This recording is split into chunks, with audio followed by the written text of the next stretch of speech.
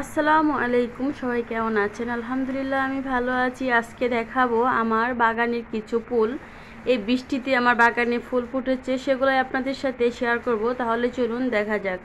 কি সুন্দর সুন্দর ফুল ফুটেছে, একদম দেখার মতো। এই দেখেন কত সুন্দর ফুলগুলা, জ্যোৎস্না ফুলগুলা দেখতে অনেক সুন্দর। আসলে মোবাইলে তেমন একটা বোঝা যাচ্ছে না, আমার ক্যামেরা তো দামি ক্যামেরা না, এই জন্য হয়তো ভালো দেখা যাচ্ছে না।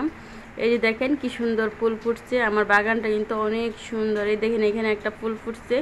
আসলে লাইক দিয়ে সবাই কিন্তু ভিডিওটা দেখবেন। সবার কাছে ছোট্ট একটা অনুরোধ, যারা লাইক দেননি এই পর্যন্ত প্লিজ লাইক দিয়ে পাশে থাকবেন, পাশে থাকার বেল আইকনটা অন করে দিবেন।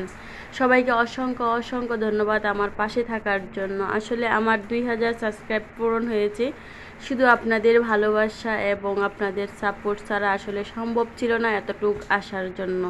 তো সকলকে জানাই অনেক অনেক ভালোবাসা এবং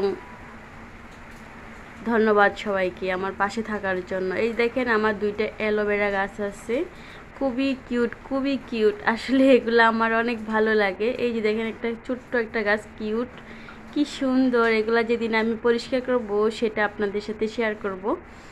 তো দেখতে পাচ্ছেন। আর এটা কি গাছ আমি জানি না, জানাবেন এটা কি গাছ আপনারা যদি জানা থাকেন। মনে হচ্ছে এটা ধান পাতার মতো অনেকটাই দেখতে, কিন্তু এটা কি গাছ আপনারা কমেন্ট বক্সে জানাতে ভুলবেন না। আমার কাছে খুবই সুন্দর লাগছে। আর এটা হচ্ছে তো সবাই চিনেন, এটা পানিতেই বাঁচে, মাটি ছাড়া।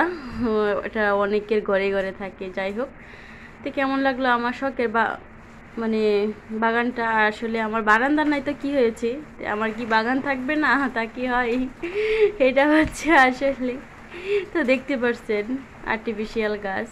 তো কেমন লাগলো সবাই জানাবেন। সবাইকে অনেক ধন্যবাদ। আল্লাহ হাফিজ।